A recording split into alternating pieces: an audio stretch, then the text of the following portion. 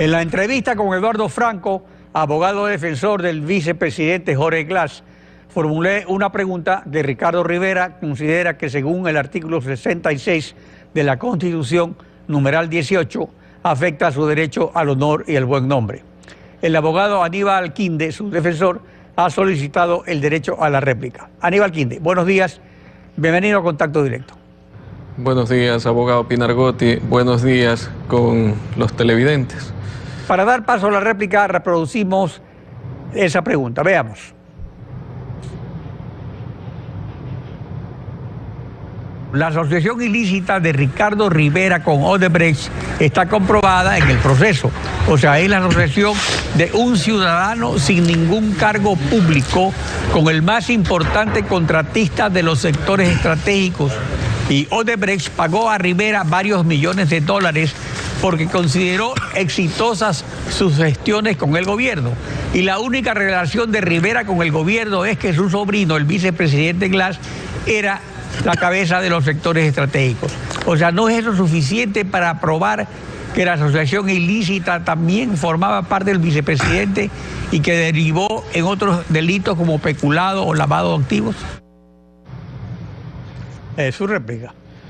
Es importante, de antemano agradezco la oportunidad y la importancia que tiene esta intervención para efectos de hacer un descargo ante la sociedad que hoy ve con malos ojos al señor ingeniero Ricardo Rivera Arauz. Es verdad que la Fiscalía equivocadamente ha venido sosteniendo una acusación y que con el paso del tiempo, no más allá de 2 días de la formulación de cargos realizada al ingeniero Rivera, se ha desvanecido totalmente la acusación fiscal. Por cuanto es importante ver cuál es el antecedente que tiene o lo relaciona con 13 millones de dólares. Veamos.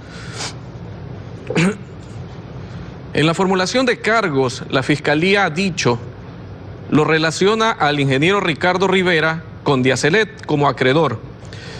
Dice que es la persona que había recibido sobornos de parte de la empresa constructora Odebrecht como pago del 1% de todo contrato que suscriba la compañía en el Ecuador, tanto de los contratos principales y complementarios, aprovechándose con el parentesco de altos funcionarios. Por estos contratos, la empresa había entregado la cantidad aproximadamente de 5 millones de dólares entre el año 2012-2013 mediante transferencias electrónicas. Además de las transferencias que la empresa había entregado, dinero en efectivo, 8 millones de dólares, dinero en efectivo que se había realizado a través de la empresa ecuatoriana Diacelet, la misma que había recibido dinero de otras empresas. Y además menciona que estos pagos los había recibido en el Swiss Hotel en Quito. A la primera argumentación vale acotar 2 días, conforme ya lo mencioné, después de esta formulación de cargos, personeros de la compañía Diacelet se presentan en el proceso y mencionan, lo primero, que el ingeniero Ricardo Rivera Arauz no tiene esta relación de acreedor conforme la Fiscalía lo ha sostenido. Así también ha mencionado que tampoco tiene ningún vínculo, ya que ni siquiera lo conocen, al ingeniero Ricardo Rivera. Con respecto al dinero que se dice se ha entregado de 2 maneras, 8 millones en transferencias, 5 millones en transferencias y 8 millones de dólares en efectivo, hay que aclarar que esta compañía ha revisado sus libros contables. Esta ausencia de relación con la compañía desvirtúa esta acusación en cuanto a dinero, en cuanto a relación y cualquier futuro cargo que la Fiscalía pretenda sostener. Esto que he mencionado con cargos a futuro, a 92 días ya casi de instrucción fiscal, no aparece el elemento indispensable que justifique tales dichos o argumentos de la Fiscalía. Entonces, esa simple hipótesis no va a tener sustento alguno dentro del momento procesal. Ahora, en la audiencia de formulación de cargos, celebrada el sábado 3 de junio de 2 a 5 de la mañana, después que en la noche del viernes 2 se detuvo, entre otros, a Ricardo Rivera, la fiscal Diana Salazar de la Unidad Penal con competencia en infracciones flagrantes, en su formulación de cargos señala que se establece que del 2007 al 2016 Odebrecht ocasionó pagos corruptos en más de 33.5 millones a funcionarios del gobierno en Ecuador.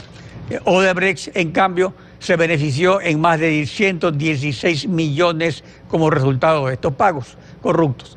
Referente a Ricardo Rivera, dice: Ricardo Rivera, valiéndose de su parentesco con un funcionario del Estado, habría ayudado a que se obtenga no uno, sino varios contratos a la compañía.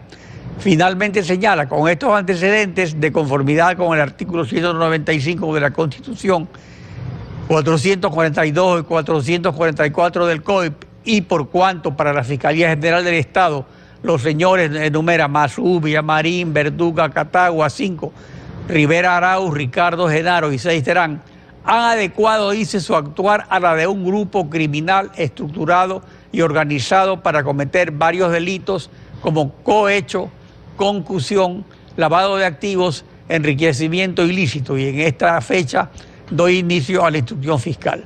En esta realidad procesal me basé para hacer una pregunta, nada más que una pregunta. Entonces, ¿cuál sería la falta de respeto cometida en cuanto al honor del señor Rivera? Si estamos justamente en una etapa de instrucción fiscal donde ya no hay el sigilo que hay en la indagación previa. Es importante destacar lo siguiente, abogado Pinargote. El televidente tiene que conocer que toda persona, aunque esté procesada durante la estación en la que actualmente se encuentra, que es la instrucción fiscal, están obligados a considerarlo presuntamente inocente. Este mandato constitucional limita a cualquier acreditación y pretender dársela infirme, lo cual sí lesiona gravemente el derecho constitucional que hemos invocado. Entonces, si la Fiscalía ha utilizado el término supuestos, es porque por mandato constitucional está obligado a realizarlo. Más aún, sin los elementos que tiene, aún no convencen absolutamente a nadie. Conforme lo he explicado de manera contundente, el único cargo que en inicio tenía era lo de la compañía Diacelet. Y es importante también aclarar lo siguiente: este caso es la clara evidencia de que parece ser que el Estado ecuatoriano, modernizando la ley, no ha cambiado absolutamente nada en cuanto a castigar el Estado, más no los actos por los que debe responder una persona. Y lo digo porque en su pregunta usted plantea que hay, o en este caso se leyó la parte pertinente de la instrucción fiscal, donde se dice que hay un vínculo con el vicepresidente. Sí, vínculo consanguíneo, pero de ahí decir que se han cometido actos para llegar a conductas penalmente relevantes, no, eso es falso. Ahora, respecto a la etapa de instrucción fiscal, según el Código Integral Penal, el artículo 591, se inicia con la audiencia de formulación de cargos convocada con la petición de la fiscal. Ya se hizo, pues cuando cuente ella con los elementos suficientes para deducir una imputación. Además, en esta etapa que ya no existe el sigilo que el Código Integral Penal dispone para la investigación previa, que es anterior, y donde según el artículo 580 se reunirán, dice, los elementos de convicción, de cargo y de descargo que permitan al fiscal formular la imputación y al defendido, por supuesto, desvanecer esos cargos si así lo prueba. ¿Espera Ricardo Rivera desvanecer los cargos o se acogerá a la cooperación eficaz para obtener el 90% de rebaja de la pena si permite conocer la cúpula de la organización delictiva? No cabe que mi defendido se acoja a una cooperación eficaz. Primero, porque la verdad lo respalda. Segundo, los elementos, insisto, que ha aportado la Fiscalía hasta ahora son insuficientes. ¿Por qué utilizo la palabra insuficientes? La disposición legal que usted ha hecho referencia en cuanto a la instrucción fiscal utiliza esta frase, suficientes, lo cual no tiene que ver o tomarse como sinónimo de muchos elementos, tiene que ver con la calidad del elemento. Y en cuanto a la calidad del elemento, no puede utilizarse los siguientes: utilizar un video y un chat. Ejemplo, utilizar los chats en contra del ingeniero Ricardo Rivera, que se ha formado a través de 9 días. Nacen un día 20 de junio, no se ha especificado año, y 9 días se trata de hacer relación de una conversación, que si ustedes analizan el contenido, esto no dice absolutamente nada.